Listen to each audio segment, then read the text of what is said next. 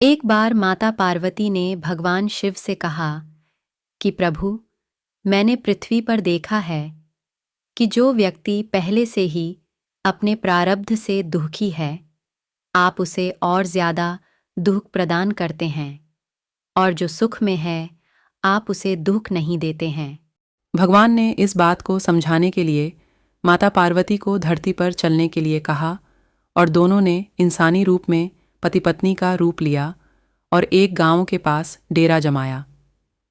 शाम के समय भगवान ने माता पार्वती से कहा कि हम मनुष्य रूप में यहाँ आए हैं, इसलिए यहाँ के नियमों का पालन करते हुए हमें यहाँ भोजन करना होगा।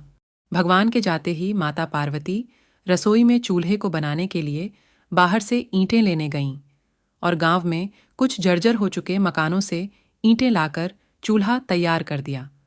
चूल्हा तैयार होते ही भगवान वहां पर बिना कुछ लाए ही प्रकट हो गए। माता पार्वती ने उनसे कहा, आप तो कुछ लेकर नहीं आए, भोजन कैसे बनेगा? भगवान बोले, पार्वती, अब तुम्हें इसकी जरूरत नहीं। ईंटों को कहाँ से लेकर आई? तो माता पार्वती ने कहा, प्रभु, इस गांव में बहुत से ऐसे घर भी हैं जिनका रख रखाव सही ढंग से नहीं हो रहा है। उनकी जर्जर हो चुकी दीवारों से मैं ईंटें निकाल कर ले आई। भगवान ने फिर कहा, जो घर पहले से खराब थे तुमने उन्हें और खराब कर दिया। तुम ईंटें उन सही घरों की दीवार से भी तो ला सकती थीं। माता पार्वती बोली, प्रभु, उन घरों में रहने वाले लोगों ने उनका रख रखाव बहुत सही तरीके से किया है और वो घर सुंदर भी लग रहे हैं। ऐसे में उनकी सुंदरता को बिगाड़ना उचित नहीं होता।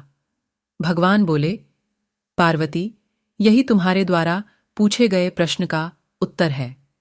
जिन लोगों ने अपने घर का रख रखाव अच्छी तरह से किया है, यानी सही कर्मों से अपने जीवन को सुंदर बना रखा है, उन लोगों को दुख कैसे हो सकता है?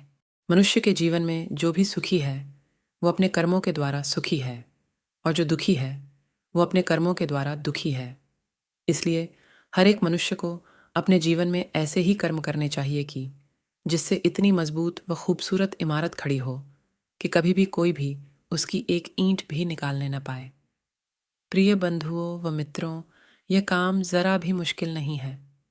केवल सकारात्मक सोच और निस्वार्थ भावना की आवश्यकता है। इसलिए जीवन में हमेशा सही रास्ते का ही चयन करें और उसी पर चलें।